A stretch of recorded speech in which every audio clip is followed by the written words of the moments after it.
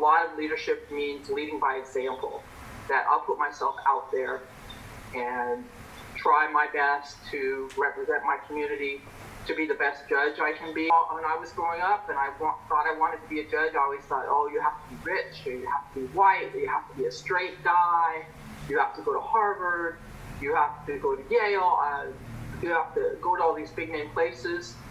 And that's the one path that some people get. That was not my path, obviously. And I managed to achieve the goals that I have and had by my own path. And it wasn't easy being one of 7 kids raised by a single mom.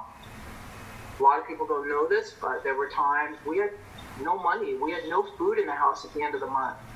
It was really, really hard at times. I got free lunches in school. My family qualified for the lunch program. And I remember being really embarrassed about that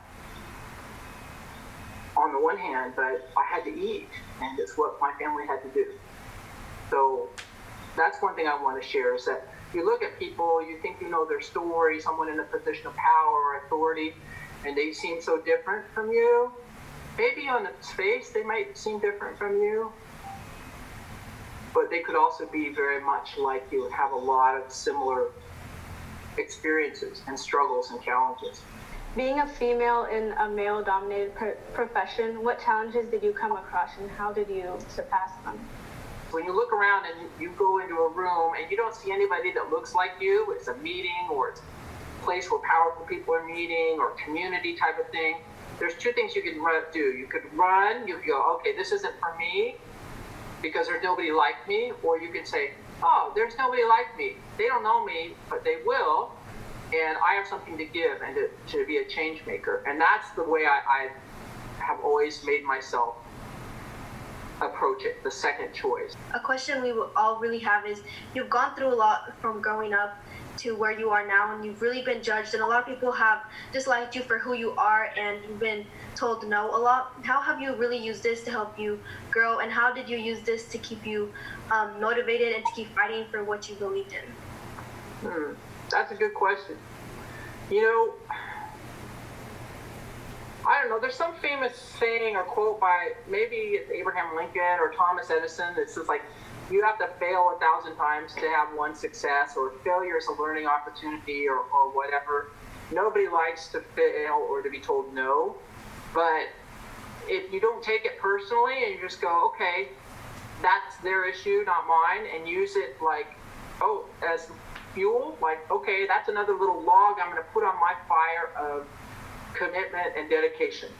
Like, I was one of 7 kids. If I didn't get what I wanted, it wasn't going to happen, so I had to find a way to get it. And there is, and I say this to all of you as young people who sometimes get disregarded by society, as people of color who often get disregarded as persons with leadership potential, as people who are different, like me, who sometimes get overlooked, you have to act. So if there's a situation where, I don't care, it could be at school, or it could be at a faith-based place or a place at work, is to go to an adult in a position of leadership and say, hey, I'd like to do a little bit more from a leadership role. Is there anything that I can help you with, or you might want or need help with? I'd like to do it. I'd like to do that. The best thing I would say, and you guys, every person that's introduced themselves and asked a question, you're doing the right thing. You're introducing yourself. Even though we're remote, you're looking me in the eye, right? And you're making a connection, and you're saying, hi, Judge Flanagan, I'm so-and-so. And then you're asking a question. So making a connection with people, right?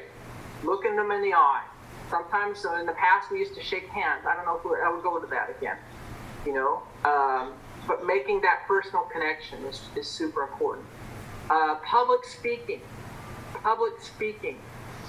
I don't care if it is the lunchroom with 5 people in it, or your church at announcement time with 100 people in it, or a television show with 5 million people watching it. You've got to get yourself in a position where you're addressing a group of people. It may be super uncomfortable.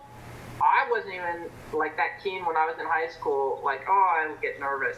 But I just made myself do it. It's sort of like doing sit-ups. I don't really like doing them either, but there's a bigger issue at hand. You know what I'm saying? So put yourself in those opportunities to speak publicly. I would say this too, like, ask for leadership roles. Those are good for me, like what you can do right now, you know? We appreciate it.